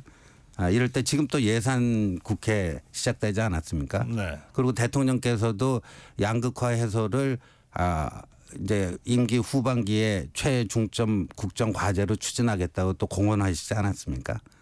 그 대통령 말씀에 부합되는 여러 가지 프로젝트들을 발굴하고 예산으로 반영하고 또 법안으로 만들고 뭐 이런 작업들을 하면 될 것 같습니다. 예. 좋습니다. 그 이재명 대표가 또 더불어민주당이 이재명 대표의 사법 리스크에 발목이 붙잡혀서 아무것도 못하고 앞으로 못 나가는 동안에 네. 정부 여당은 한 몸이 돼서 민생 안정과 그렇죠. 쇄신을 향해서 예. 나가야 된다. 이제 네. 이렇게까지 이제 말씀을 하셨는데 그러면 그것하고 이재명 재판 지연 방지 TF 발족 뭐 이런 것하고는 어떻게 같은 그거는 거예요? 이제 모니터링 정도죠. 모니터링 하고 그래서 이제 사법부 겁박하는데 그걸 가만히 구경만 하고 있을 수는 없잖아요. 같이 좀 대응을 해줘야죠. 그런 식의 사법부 겁박하면 안 된다. 그게 이제 법치주의를 지켜야 되는 게 또 국회의원의 책무이기도 하니까요. 또 저희 당에 응당해야 될 일인데 그게 뭐 최대의 중점 과제가 될 수는 없겠죠. 최대의 중점 과제는 이제 민생 경제고, 예. 뭐 그거는 그거대로 모니터링 하면서 좀 야당이 너무 심하게 나올 경우에는 그거를 제동을 걸고 하는 역할을 해야 되겠죠. 예. 신조 부총장 말씀하신 그 전략이라고 하는 게 물론 그렇게 행동하면 국민들께서 알아주시겠지 하는 것도 되지만 네. 국민들한테 우리는 이렇게 가겠습니다라고 설명하고 선언하고 하는 것도 중요하잖아요. 그렇죠. 그러니까 이를테면 이제 우리는 그 이재명 대표의 사법 리스크는 사법부의 문제이기 때문에 그렇죠. 뭐 네. 우리는 사법부가 잘 할 거라고 보고 지켜보겠다. 네. 그럼 우리는 민생으로 가겠다 이렇게 얘기하는 것하고 네. 이를테면 민생 얘기는 지금 저하고 대담하면서 하셨지만 네. 당 공식 입장으로는 이 재판 지연 TF 구성하겠다 이게 제일 중요한 기사로 뜨잖아요. 근데 아무래도 지금 언론은 관심이 거기 가 있으니까 그런데 어제 최고위원 월요일 아침 최고위원회에서 한동훈 대표 발언의 첫 번째가 이 민생 경제였습니다. 그래요? 예. 그러면 저 언론이 그 국민의힘의 최고위원과 당 대표 발언을 제대로 진심을 좀 몰라주시는 것 같아요. 그런가요? 네. 네, 알겠습니다. 네. 자,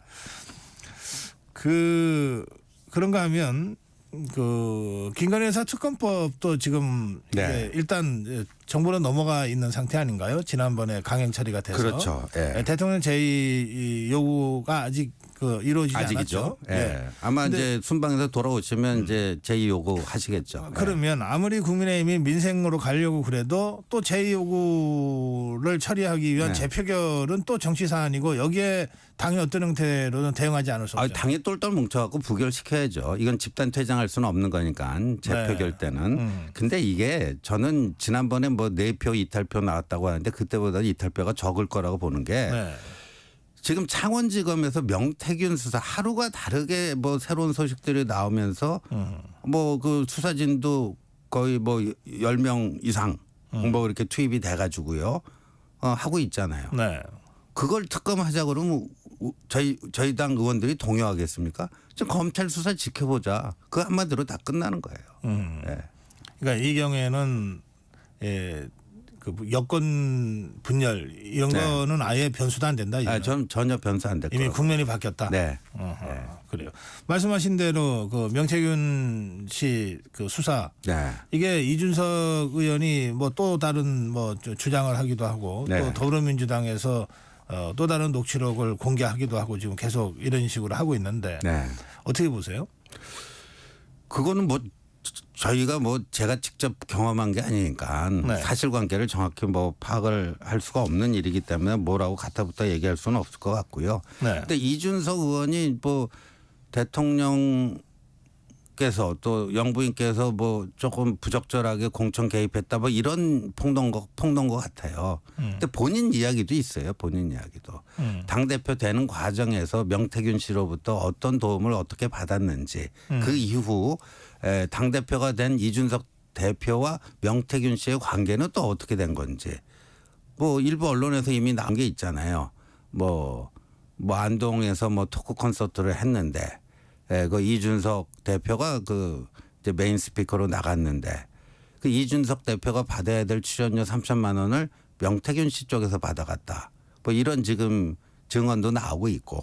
출연료가 토크콘서트 1회 출연료가 그렇게나 저는 뭐 김재동 씨가 제일 많이 받는 줄 알았는데 뭐 그런 경우도 있을 수 뭐 아니 그러니까 그 말이 사실이라면. 예. 그건 지금 팩트로 확인된 겁니까? 아니 일부 이제 그렇게 미래한국연구소의 그 김태열이라는 분 소장을 했던 분이 그렇게 주장을 하고 있어요. 그 3천만 원이 미래한국연구소로 입금이 됐다.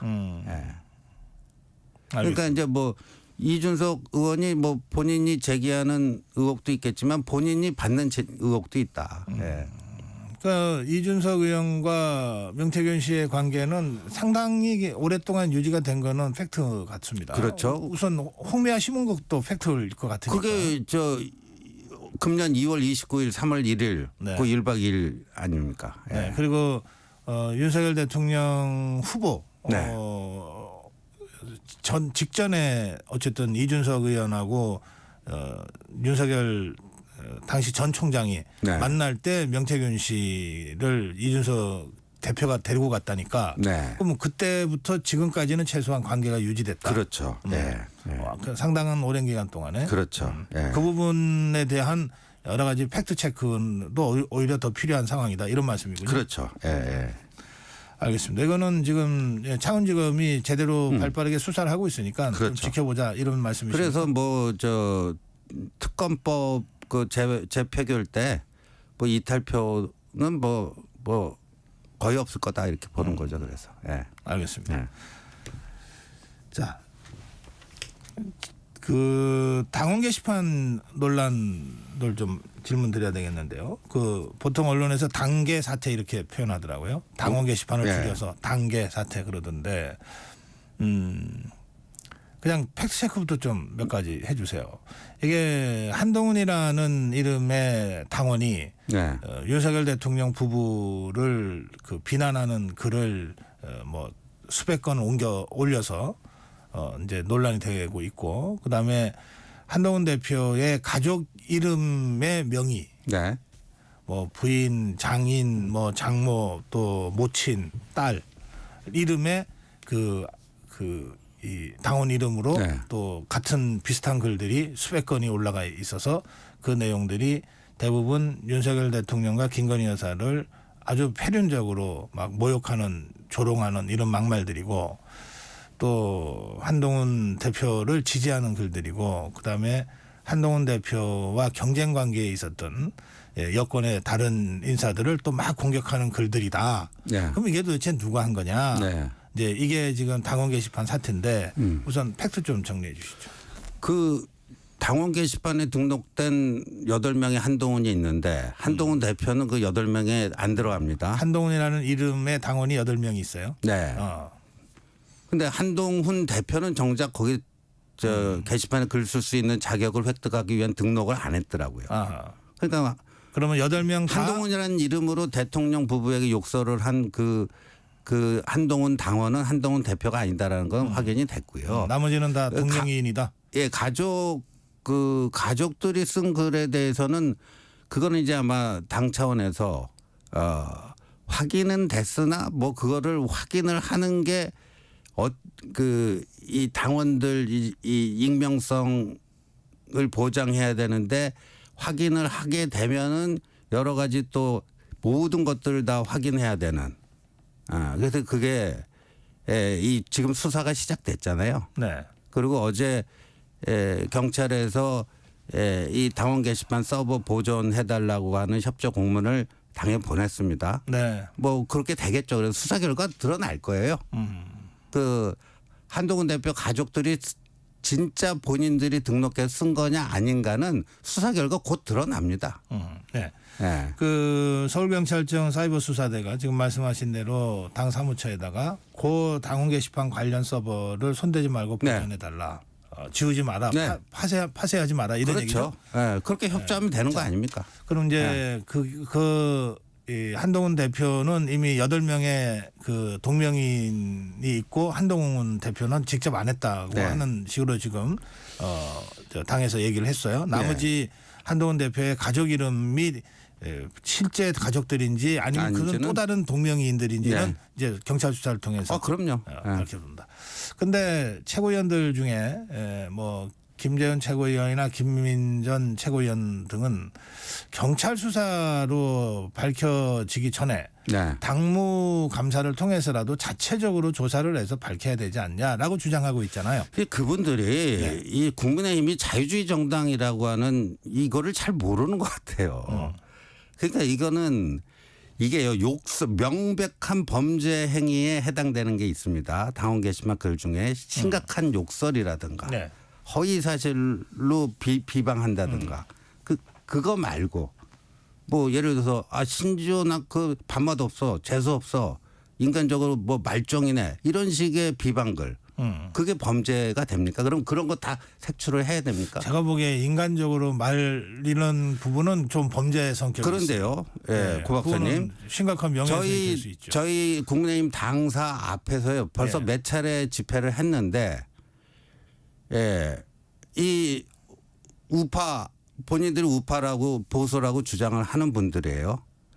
근데 한동훈 대표 그 깜빵 보내자. 그 한동훈 대표를 정말 여기서 옮길 수가 없는 욕설, 개 XX로 시작해서 개 XX로 끝나고 나는 한동훈이 이재명보다 더 밉다. 한동훈 반드시 깜빵 보내야 된다. 이건 명백한 범죄거든요. 근데 조치를 안 하고 있어요. 네, 그러니까 그 지금 당원 게시판에 그런 그 대통령님 부부 그인데 한동훈 대표에 대한 그 명백한 범죄 행위도 저희 당 차원에서 또는 한동훈 대표 개인 차원에서 대응하지 않고 있습니다. 그러니까요. 왜냐하면 이건 조치를 안 하는 거죠. 못 하는 게 아니고 안 하는 겁니다. 할 수 있지만 안 하는 거죠. 이게 선후 경중을 잘 따져서 해야 돼요. 그걸 만약에 무슨 뭐 고소고발한다 뭐 합니다. 그러면 또 언론에서 보수 세력 내에 무슨 뭐 분열이다 뭐다 이렇게 기사가 생산되고 근데 지금 그런 거 할 때입니까 지금? 가만히 보니까요. 그 지난번 이제 대통령님 그 기자회견 이후에 이제 윤한 해빙 모드 되니까 그게 마뜩치 않은 사람들이 있어요. 그러니까 윤한 갈등에 기생하려는 사람들이 있습니다. 근데 그 사람들에 대한 대응은 저희의 지금 우선적인 과제 아니에요. 그런 사람들이 갈등을 증폭시키고 있는데 거기에 말려 들어갈 이유가 없다. 이런 말씀이시죠? 오늘 여기까지 듣겠습니다. 고맙습니다. 네, 고맙습니다. 네, 국민의힘 신지호 전략기획부총장이었습니다.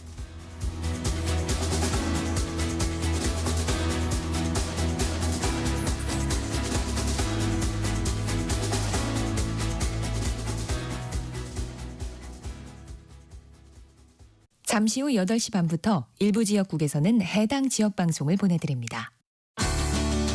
워렌 버핏은 가치 투자, 필립 피셔는 성장주 투자, 피터 린치는 장기 투자. 방법은 달라도 목표는 하나. 성기영의 경제쇼가 성공의 길로 안내합니다. 깊이 있게, 명쾌하게, 지금 이 시대 경제에 관한 모든 것을 알려드립니다. 평일 오후 4시 5분 성기영의 경제쇼와 함께하십시오.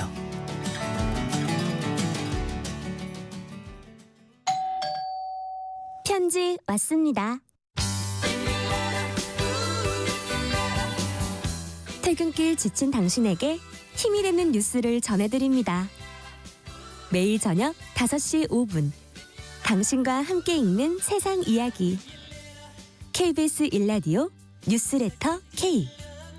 지금 시각은 8시 30분입니다. KBS.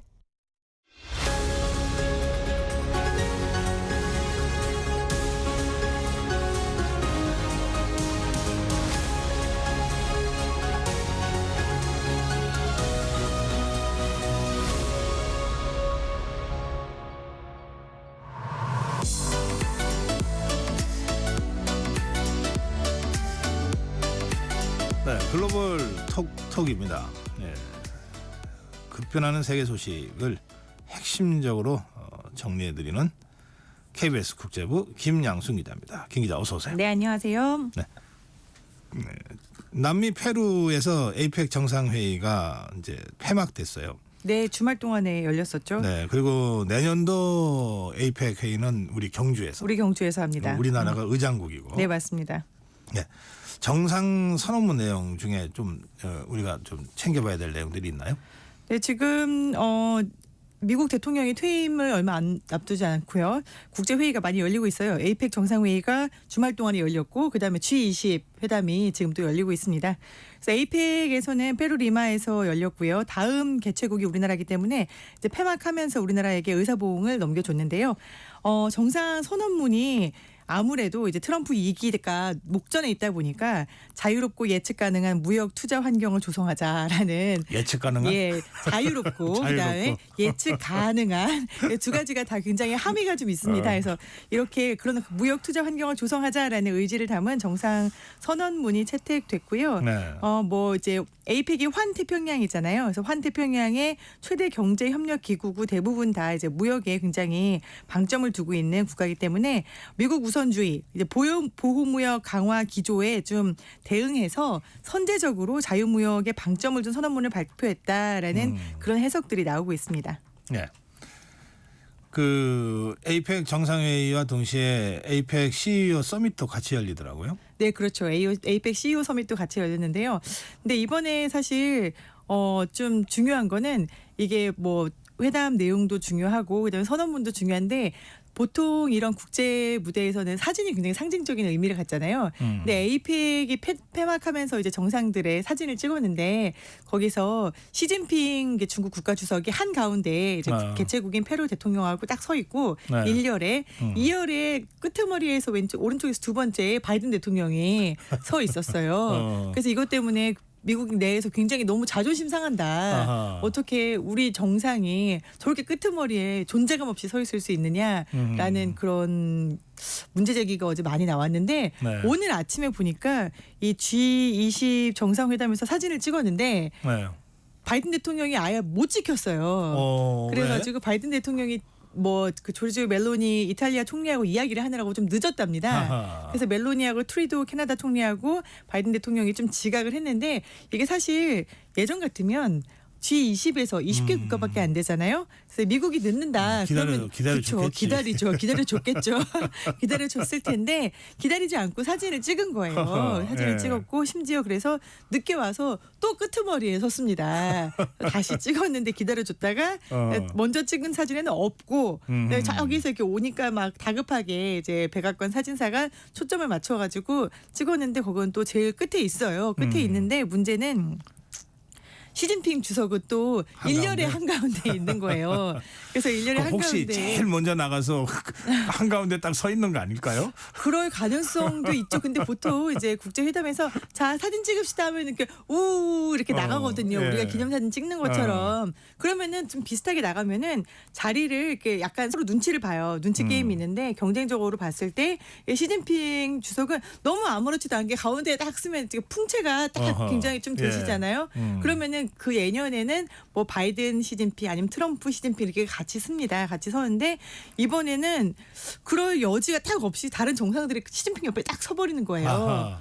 자리를 비워놓지 않았다라는 얘기인 거죠. 그러네. 그래서 이번 국제회담은 저는 뭐 에이펙이든 G20이든 지금 이 두 장의 사진이 정권 교체다라는 그리고 이게 트럼프 시대를 맞이하는 국제 정상들의 속내가 어느 정도 좀 반영된 거 아닌가. 아하, 예. 요 사진 한 장으로 좀 보여진다는 생각이 들더라고요. 이 참 떠나가는 사람은 늘 좀 씁쓸하네.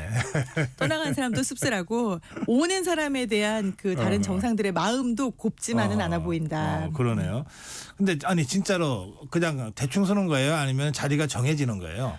보통은 자리가 정해질 것 같은데. 관습적으로는 자리가 정해집니다. 그래서 보통 이제 의장 국가들이 앞에 서고, 네. 그다음에 주요 국가들이 앞에 서고 이런 것들이 이제 정해지는데 또 이제 보통은 친한 사람들끼리 그래서 뭐 이탈리아나 뭐 유럽 정상들은 같이 서고, 그다음에 캐나다랑 뭐 미국 정상이 근처에 서고 이런 식으로 관습적인 자리는 정해져 있는데 그렇다고 막 너는 3번은 뭐 정중앙은 뭐 시진핑 그 옆에는 바이든 이런 식으로 정해져 있지는 않아요. 그렇진 않고. 좀 자연스럽게 찍는 분위기여서. 근데 G20 사진 같은 경우에는 이게 거의 3년 만에 찍었던 거거든요. 작년에는 아마 이게 러시아에 반대해서 안 찍겠다. 뭐 이런 것들 그 다음에는 뭐 코로나 때문에 안 찍겠다 이런 것들이 있었어요. 그래서 상당히 몇 년 만에 찍는 사진인데 이 미국의 위상이 좀 부끄럽다 내지는 슬프다 이런 반응들이 좀 나오고 있습니다. 또 바이든 대통령이 이렇게 걷는 게 좀 힘도 없고 좀 느려요. 최근에는 걸음걸이가 좀 느려요. 속도가 많이 떨어졌더라고요. 그러니까 다른 정상들 빨리 가서 얼른 줄 서서 찍을 때 늦게 오면 못 지키는 수도 있겠네.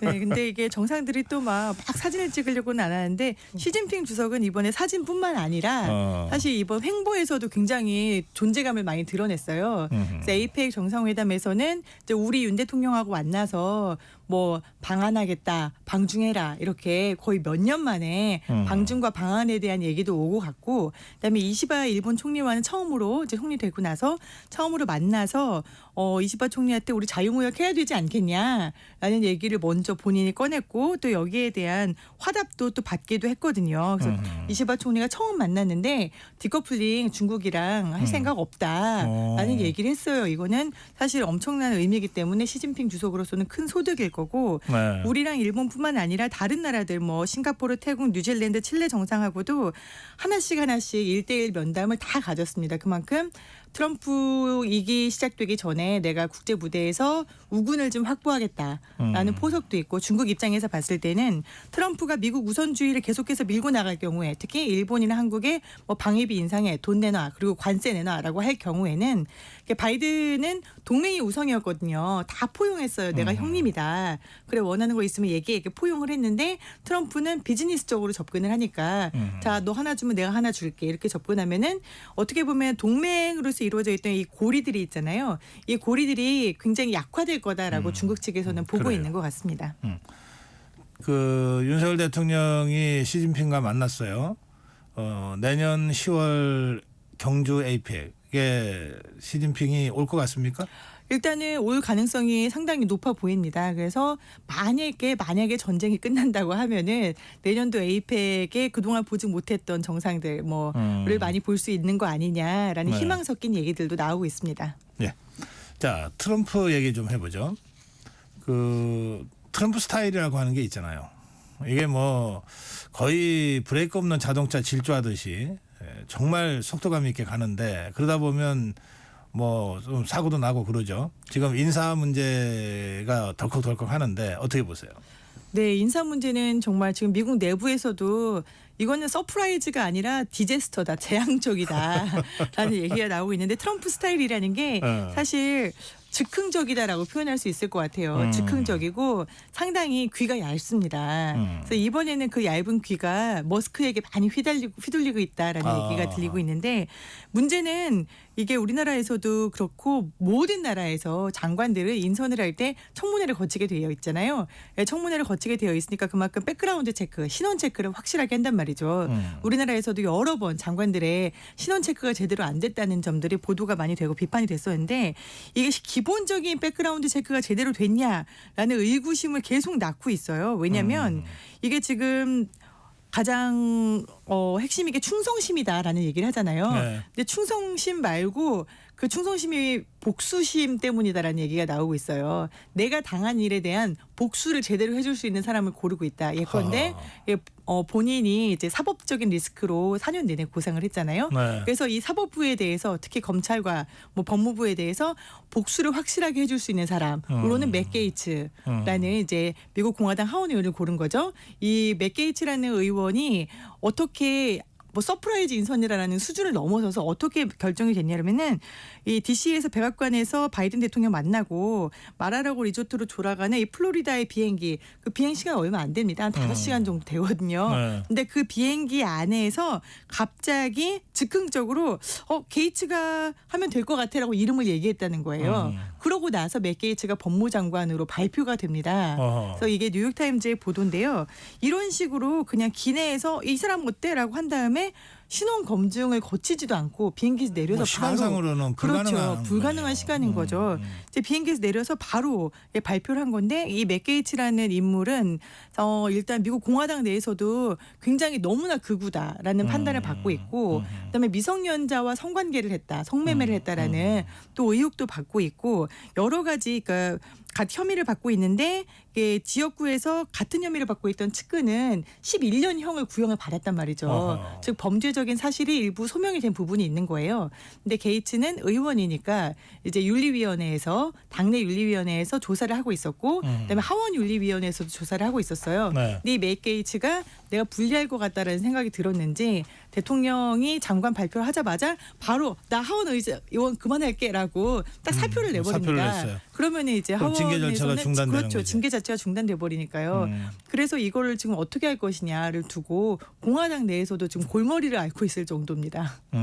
그 동료 누구 했던 사람 11년 구형받았다며. 동료 지역구에 있던 사람들은 그럼 그 지역구에서 사람처럼 하면 되지 뭐. 이제 국회의원도 아니니까. 그렇죠. 근데 이제 사법적인 판단을 구하기에는 이게 이 사람이 의원이어서 의원을 상대로 한 절차가 진행되고 있었고 참 복잡한 나라입니다. 그래요. 자, 머스크 말씀하셨는데 일론 머스크 견제도 좀 있죠? 견제도 지금 일어나고 있는데 이 견제가 일어나고 있는 게 지금 법무부 장관, 국무장관 그리고 뭐 국토안보부 장관 중요한 자리들은 다 찼단 말이죠. 핵심은 재무부 장관이에요. 근데 이 재무부 장관이 아직 인선이 안 나왔어요. 그럼 재무부 장관을 내가 가까운 사람, 내가 원하는 사람을 꽂으려고 그 주변 사람들이 모두 혈안이 되어 있을 거 아닙니까? 근데 이제 머스크가 내가 이 사람이 좋을 것 같아라고 얘기를 한 사람을 트럼프가 이제 팔랑팔랑 하고 있다는 거죠. 그러다 보니까 이제 머스크에 대한 불만들이 한꺼번에 확 터져 나오고 있는 거예요.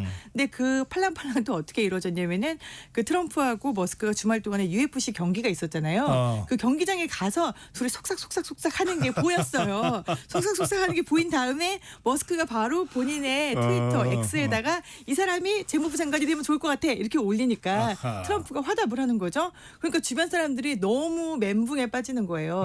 아니 이런 식으로 우리 얘기로 하면 베갯머리 송사잖아요. 이렇게 해가지고 앞으로 모든 일을 결정할 거냐라는 그런 불만들이 벌써 나오고 있습니다. 저는 뭐 트럼프 머스크 그 UFC 경기보다 그 UFC 경기가 더 흥미가 있었어요.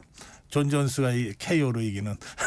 네, 저는 좀 슬펐습니다. 타이슨이 저렇게 고령으로 나와서 고생하는 게. 그 타이슨하고 다른 경기. 다른 경기요. 예, 타이슨은 네. 복귀전이고 네. 이 UFC는 존 존스하고 미오치치 경기였는데.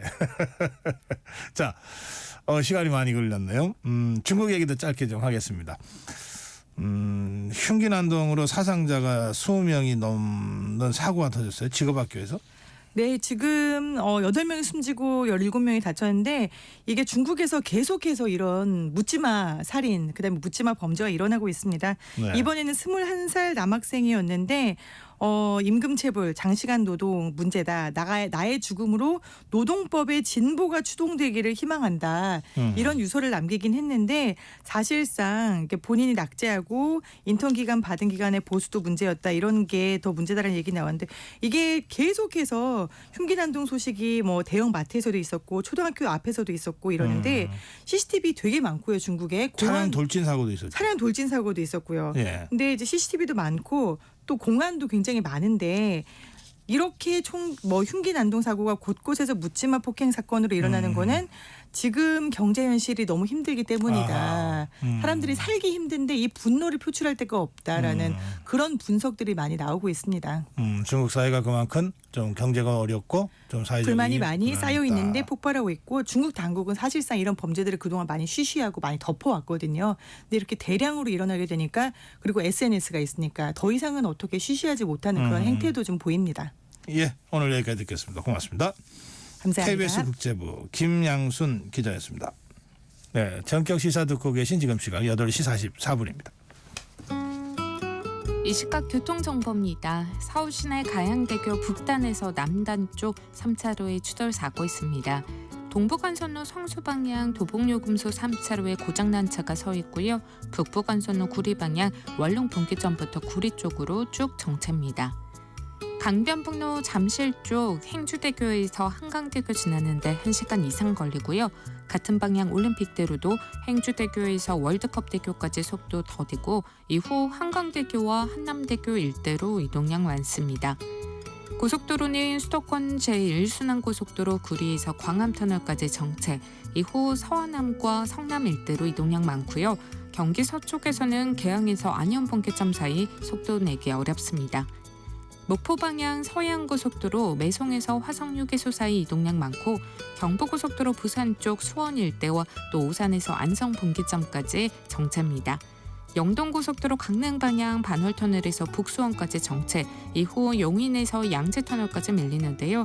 그 사이 양재부근 1차로에 사고 나서 혼잡을 더합니다. KBS 교통정보센터 서휘영입니다.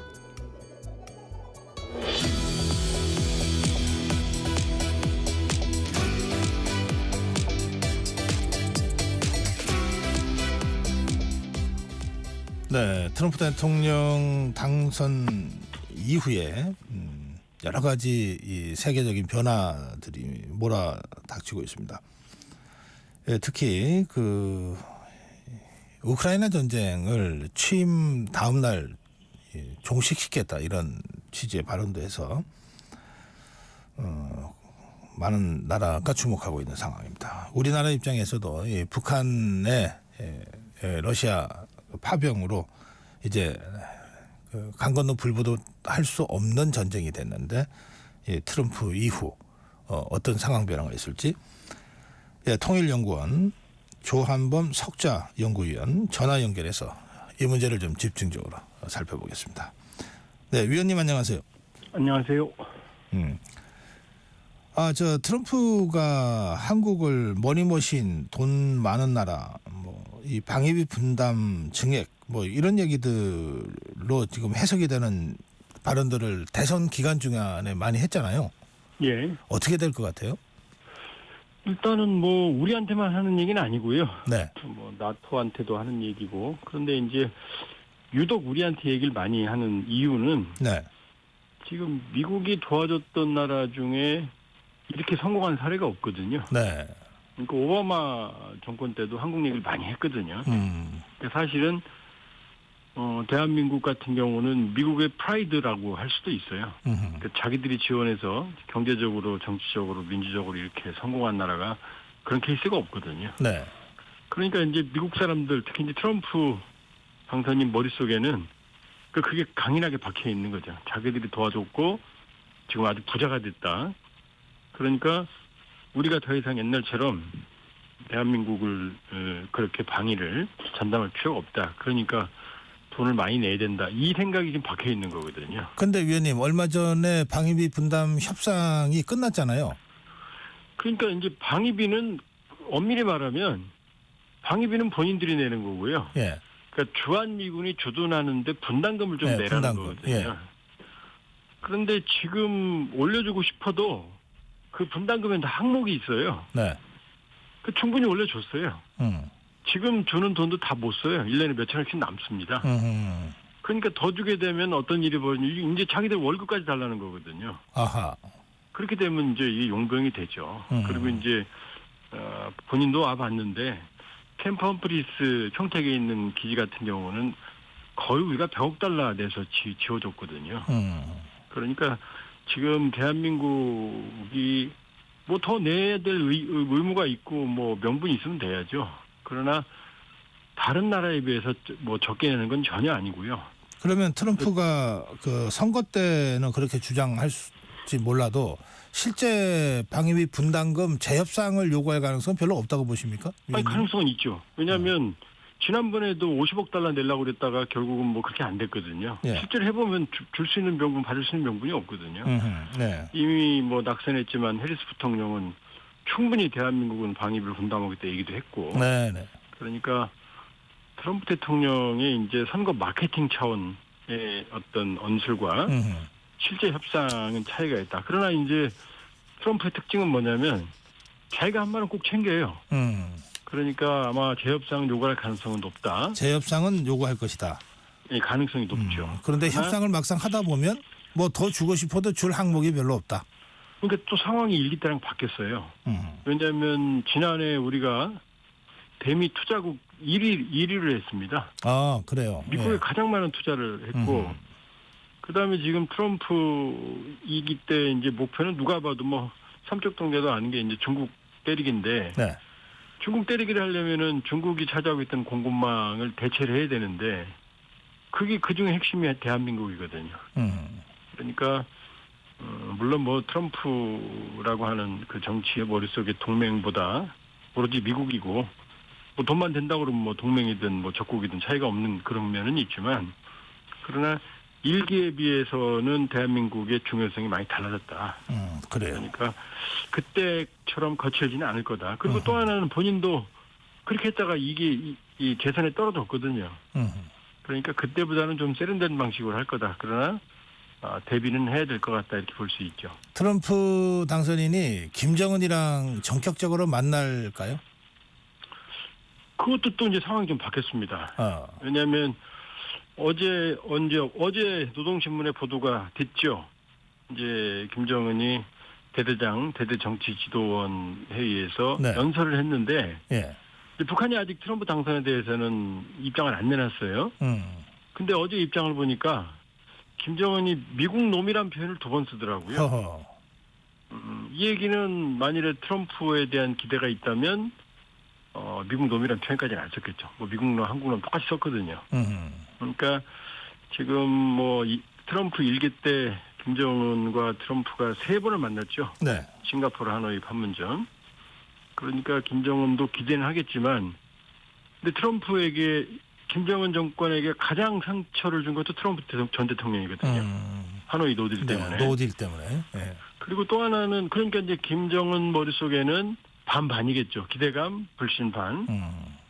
그리고 트럼프 입장에서도 지금 일기 때와 달라졌거든요. 그때는 본인이 정치적 위기였고, 개인 변호사가 의회에서 비리를 증언하고 이런 상황이었고, 그러나 지금은 유럽의 외교안보에서 제일 중요한 공간이 미국의 유럽이거든요. 1위가. 예. 2위는 중동이거든요. 네.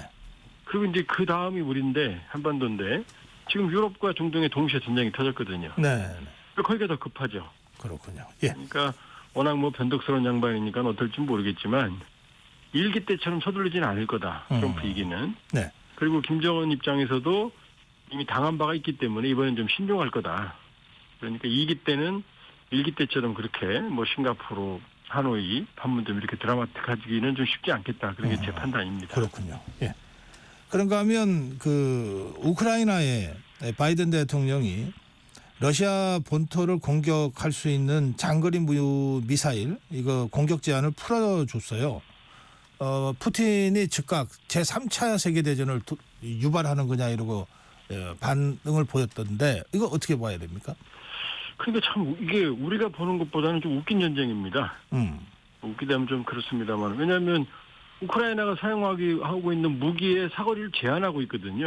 미국이 지원해주는 또 영국, 프랑스가. 요거만 풀어줘도 러시아가 공경에 처하는 게 지금 러우 전쟁의 이면이거든요. 아하, 그러네. 그러니까 뭐 지금 뭐 어디가 유리하다 만다 뭐 그게 의미가 없는 게 그냥 미국하고 나토가 맘만 먹으면은 공세적으로 바뀔 수가 있어요. 우크라이나가 언제나. 네. 그런 측면이 있고 이번에 이제 미국이 지원한 HIMARS 사거리가 300km거든요. 네. 이제 이전에 썼던 하이마스는 이제 80km 정도인데 이게 무슨 의미가 있느냐? 이게 러시아 남부는 우크라이나 영토를 러시아가 우크라이나 남부 영토를 한반도 면적 정도를 지금 장악하고 있거든요. 예. 여기서 300km는 점령을 한 거죠. 그렇죠. 예. 강제 점령한 거죠. 네. 여기보다는 지금 북부에 지금 쟁점이 되고 있는 러시아 영토를 우크라이나가 서울시보다 조금 작은 면적을 지금 차지하고 있거든요. 쿠르스크 지역이요? 예, 여기에 이제 인민군이 들어갔거든요. 아, 북한군. 예. 그렇죠. 북한군이 들어갔는데 지금 계속해서 미국이 합법적인 공격 목표가 될 거다 경고했거든요. 네. 그러니까 여기 사용할 것 같아요. 아하, 예. 그러니까 이 러시아군에게 사용하면은 러시아가 또 선을 넘을 가능성이 있으니까 인민군이 북한군이 이제 곧 참전할 것 같으니까 네. 여기에 대해서 사용하겠다라는 의지를 좀 보인 것 같거든요. 네. 그러니까 1단계로는 아마 왜냐하면 쿠르스크 탈환전에 인민군이 북한군이 역할을 하겠다는 게 이제 거의 한다는 게 정설이거든요. 네. 그러니까 1단계는 아마 쿠르스크 탈환전에 북한군이 들어오면 여기에 쓸 것 같다. 그러면 러시아까지 북한군 치면 좀 선을 넘는 것. 그러면 북한 인민군이 배치되는 지역에 에이티컴스가 발사가 되면 북한 인민군들이 상당히 많이 그 사상자가 나겠네요. 거의 학살당하겠죠. 왜냐하면 그 정도로 영화에서 나오는 강철비가 에이테컴스거든요. 예, 그러니까 굉장히 위력적인 무기인데 그런데 또 말라는 얘기죠. 예, 또 한편에서는 그 북한 병사들 한 명 전사할 때마다 10만 달러? 10만 달러. 예. 김정은이가 받기로 했다. 러시아로부터 그런 얘기도 있잖아요. 근데 그 얘기는 다 가설입니다. 가설. 현재까지 뭐 확인된 건 아무것도 없고요. 지금 러시아 내 소수민족 같은 경우도 한 5만 달러 정도 받는다는 설이 있거든요. 이것도 확인된 건 아니고요. 네. 근데 인민군에게 과연 10만 달러를 줄까? 저기 가서 지금 병력 손실이 러시아가 하루에 1,200명이거든요. 네. 그러면 인민군 12,000명이면 단순 계산하면 열흘이면 소진된다는 얘기인데 과연 이제 그 정도가 있을지. 그리고 또 하나는 일반적인 용병이 아니기 때문에 북한 체제 특성상 점사해도 그 돈이 아마 대부분 김정은 주머니로 들어갈 거거든요. 그러겠죠. 예. 그러니까 그 부분은 뭐 아직 그 퀘스천 마크다. 오히려 북한에 대한 러시아의 알겠습니다. 군사 기술 지원. 예. 그러니까 뭐 핵추진 잠수함, ICBM, 정찰성 이런 것보다 예. 오히려 북한 공군 현대화, 재래식 현대화 이쪽이 북한 급하거든요. 이 가능성이 좀 더 높아 보여요. 예, 지금 허용됐다고 하는 미사일이 바로 강철비로 불리는 그 아주 위력적인 무기다. 바로 그 지역에 북한 병사들이 있다. 여기까지 듣겠습니다. 고맙습니다. 예, 고맙습니다. 네, 통일연구원 조한범 석좌연구위원이었습니다. 예, 11월 19일 화요일 전격시사 오늘은 여기서 인사드리겠습니다. 고성국이었습니다. 일상생활에